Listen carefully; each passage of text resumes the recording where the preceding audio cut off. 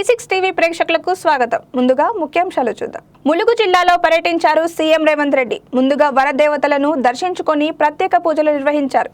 అనంతరం గుట్టమ్మ దేవాలయం వద్ద హ్యామ్ రోడ్ల పైలన్లను ఆవిష్కరించారు. మేడారంలో వరదేవతలను బీఆర్ఎస్ హయాంలో నిర్లక్ష్యం చేశారని విమర్శించారు. రామప్ప దేవాలయంతో సమానంగా సమ్మక్క సారలమ్మ దేవాలయాన్ని అభివృద్ధి చేస్తున్నామని చెప్పారు.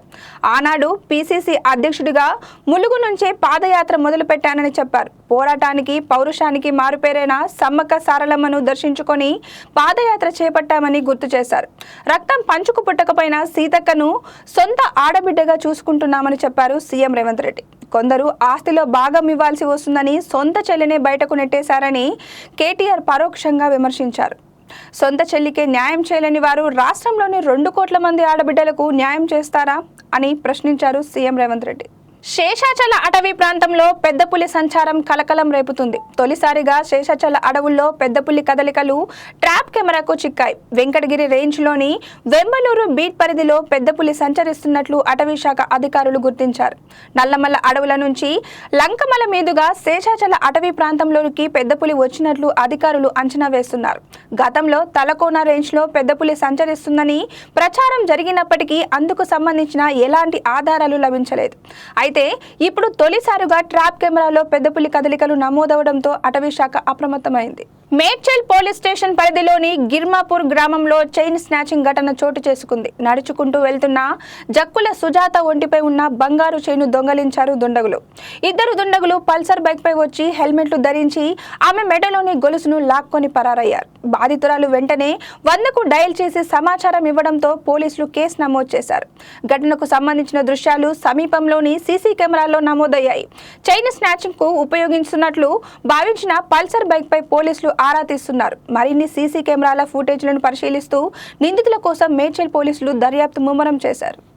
సంగారెడ్డి జిల్లా ఇస్నాపూర్ మున్సిపాలిటీ పరిధిలోని పద్మారావు నగర్ కాలనీలో దేవస్థానానికి సంబంధించిన స్థలంపై ఆక్రమించే ప్రయత్నం చేస్తున్నారని స్థానికులు ఆరోపించారు. ఏడాది క్రితమే ఆ స్థలాన్ని అక్రమంగా రిజిస్ట్రేషన్ చేయించుకున్నారని వారు మండిపడ్డారు. అధికారులకు ఫిర్యాదు చేసినా పట్టించుకోవడం లేదని ఆవేదన వ్యక్తం చేశారు. 15వ ward councillor Narayana Das, colony association సభ్యులు, స్థానిక నాయకులు కలిసి స్థలాన్ని పరిరక్షించే చర్యలు చేపట్టారు. మున్సిపల్ కమిషనర్ ఆధ్వర్యంలో స్థలంలో మొక్కలు నాటి ఆక్రమణలను అడ్డుకున్నారు. ఇస్నాపూర్ మున్సిపాలిటీ పరిధిలో 50,000 మొక్కలు నాటడమే లక్ష్యమని కమిషనర్ తెలిపారు. ప్రజాప్రతినిధులు, కాలనీ వాసులు ఐక్యంగా నిలిచి విలువైన స్థలాన్ని కాపాడుకోవడంపై స్థానికులు హర్షం వ్యక్తం చేస్తున్నారు.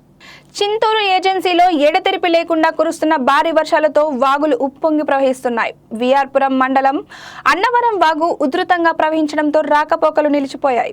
అన్నవరం కాజ్వేపై నుంచి భారీగా వరద నీరు ప్రవహిస్తుండటంతో 35 గ్రామాల ప్రజలకు మండల కేంద్రం విఆర్పురంతో రాకపోకలు నిలిచిపోయాయి. అలాగే విఆర్పురం నుంచి డివిజన్ కేంద్రం చింతూరు కూడా రాకపోకలు స్తంభించిపోయాయి. కొండలపై కురుస్తున్న భారీ వర్షాలతో వాగులోకి వరద నీరు పోటెత్తుతుంది. అన్నవరం వాగుపై హైలెవెల్ వంతెన నిర్మించాలని ప్రజలు కోరుతున్నారు. ముందు చూపు లేకుండా కోట్ల రూపాయల ప్రజాధనాన్ని వాగులో పోశారంటూ గిరిజనులు ఆవేదన వ్యక్తం చేస్తున్నారు. తెలంగాణలో ఆహారం, ఔషధాల నాణ్యత నియంత్రణకు రాష్ట్ర ప్రభుత్వం కొత్త వ్యవస్థను తీసుకొచ్చింది. ఫుడ్ సేఫ్టీ, డ్రగ్స్ కంట్రోల్ విభాగాలను సమన్వయం చేస్తూ టీజీ సేఫ్ పేరుతో ఏకీకృత పరిపాలన వ్యవస్థను ఏర్పాటు చేసింది. Telangana standards authority for food and essential drugs పేరుతో ఈ వ్యవస్థ పనిచేయనుంది. నకిలీ, నాసిరకం ఆహార పదార్థాలు, మందులను అరికట్టడంతో పాటు లైసెన్సింగ్, తనిఖీలు, శాంప్లింగ్, టెస్టింగ్, ఎన్ఫోర్స్మెంట్ను మరింత పటిష్టం చేయడం టీజీ సేఫ్ ప్రధాన లక్ష్యం. తొలి దశలో క్యూర్ ప్రాంతంలో ఈ వ్యవస్థ కార్యకలాపాలు ప్రారంభం కానున్నాయి. టీజీ సేఫ్ కింద 6 ప్రత్యేక విభాగాలు పనిచేయనుండగా ఎన్ఫోర్స్మెంట్ కోసం పోలీస్ సిబ్బందిని కూడా కేటాయించనున్నారు. పశ్చిమాసియా యుద్ధం భారతదేశాన్ని అతలాకుతలం చేసింది. హార్మూజ్ మూసివేతతో వంట గ్యాస్ కు తీవ్ర కొరత ఏర్పడింది. భవిష్యత్తులో ఇలాంటి పరిస్థితులు తలెత్తకుండా ప్రభుత్వం కీలక నిర్ణయం తీసుకుంది. ఎల్పీజీ ఉత్పత్తికి పబ్లిక్, ప్రైవేట్ రంగ రిఫైనరీలకు, చమురు వెలికి తీసే కంపెనీలకు లక్ష్యాలను నిర్దేశించింది. ప్రభుత్వం ఇలా లక్ష్యాలను నిర్దేశించడం ఇదే తొలిసారి. దేశీయంగా అవసరాలకు సరిపడా నిల్వలు వీలైనంత వరకు ఇక్కడే సమకూర్చుకోవడం ప్రభుత్వ ఉద్దేశంగా కనిపిస్తోంది. పెట్రోలియం, సహజ వాయువు మంత్రిత్వ శాఖ ఉత్తర్వులు జారీ చేసింది. మొత్తం 21 కంపెనీలకు రోజుకు 63,810 టన్నులు ఎల్పీజీ ఉత్పత్తిని లక్ష్యంగా నిర్దేశించింది. దేశీయంగా ఎల్పీజీ వినియోగం భారీగా పెరిగింది. ప్రభుత్వ ప్రోత్సాహంతో దాదాపు అన్ని ఇళ్లలో వంట గ్యాస్ వినియోగిస్తున్నారు. ఒక్క 2025-2026 ఆర్థిక సంవత్సరంలోనే 33 మిలియన్ టన్నుల ఎల్పీజీని భారత్ వినియోగించింది. రోజుకు సగటున సుమారు 91,000 టన్నులను ఉపయోగిస్తున్నారు. అమెరికా, ఇరాన్ మధ్య యుద్ధం కారణంగా హార్ముజ్ జలసంధి మూతపడింది. దేశీయ అవసరాలకు దిగుమతి చేసుకునే ఎల్పీజీలో 90% ఈ జలసంధి ద్వారానే వస్తుంది. ఈ కీలక రవాణా మార్గం మూతపడడంతో దేశీయంగా వంట గ్యాస్ కు కొరత ఏర్పడింది. అప్పటికప్పుడు దేశీయ ఉత్పత్తిని పెంచాలని రిఫైనర్లకు ప్రభుత్వం ఆదేశించింది. కమర్షియల్ సిలిండర్ విక్రయాలపై ఆంక్షలు పెట్టింది. గృహ వినియోగ సిలిండర్ బుకింగ్ గడువును పెంచింది. దేశీయంగా సరఫరా ఉత్పత్తి ఉంటే ఇలాంటి పరిస్థితులు తలెత్తేవి కాదని భావించింది కేంద్ర ప్రభుత్వం. దీంతో రిఫైనరీలు, చమురు వెలికితీసే కంపెనీలకు ఎల్పీజీ ఉత్పత్తి లక్ష్యాలను నిర్దేశించింది. మొత్తం 18 ప్రభుత్వ రంగ రిఫైనరీలకు 31,470 టన్నుల ఎల్పీజీని ఉత్పత్తి చేయాలని రోజువారీ లక్ష్యాన్ని నిర్దేశించింది.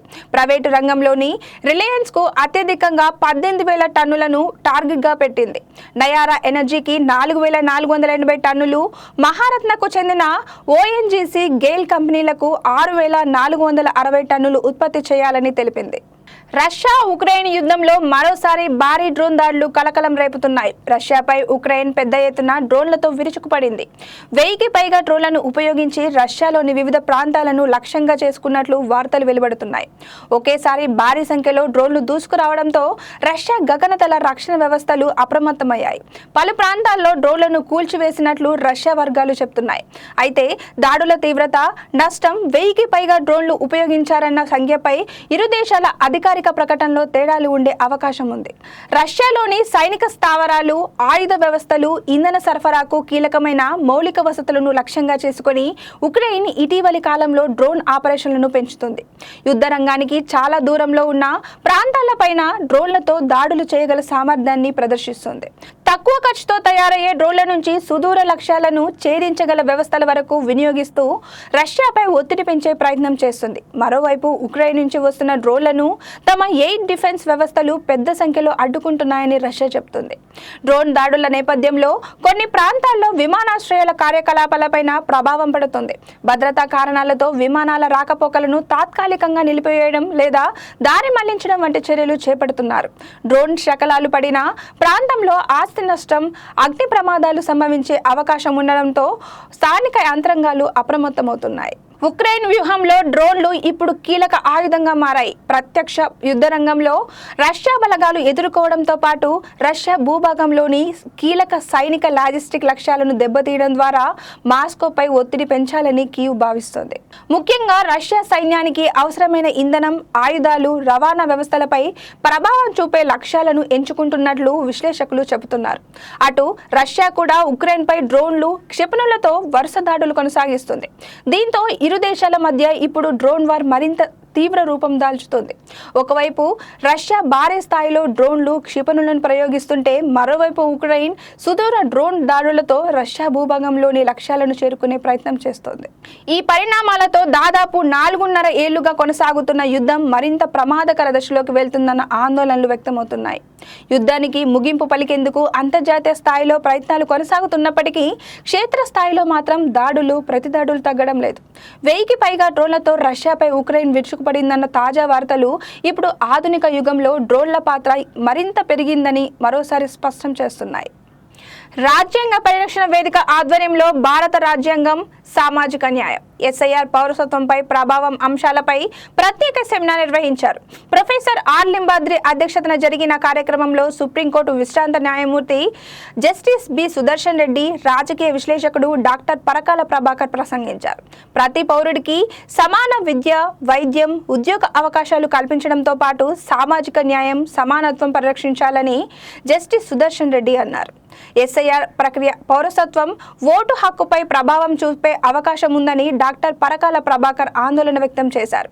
ఇవి ఈరోజు బులెటిన్ న్యూస్. మరో బులెటిన్తో మళ్ళీ కలుసుకుందాం. అంతవరకు సెలవు, నమస్కారం.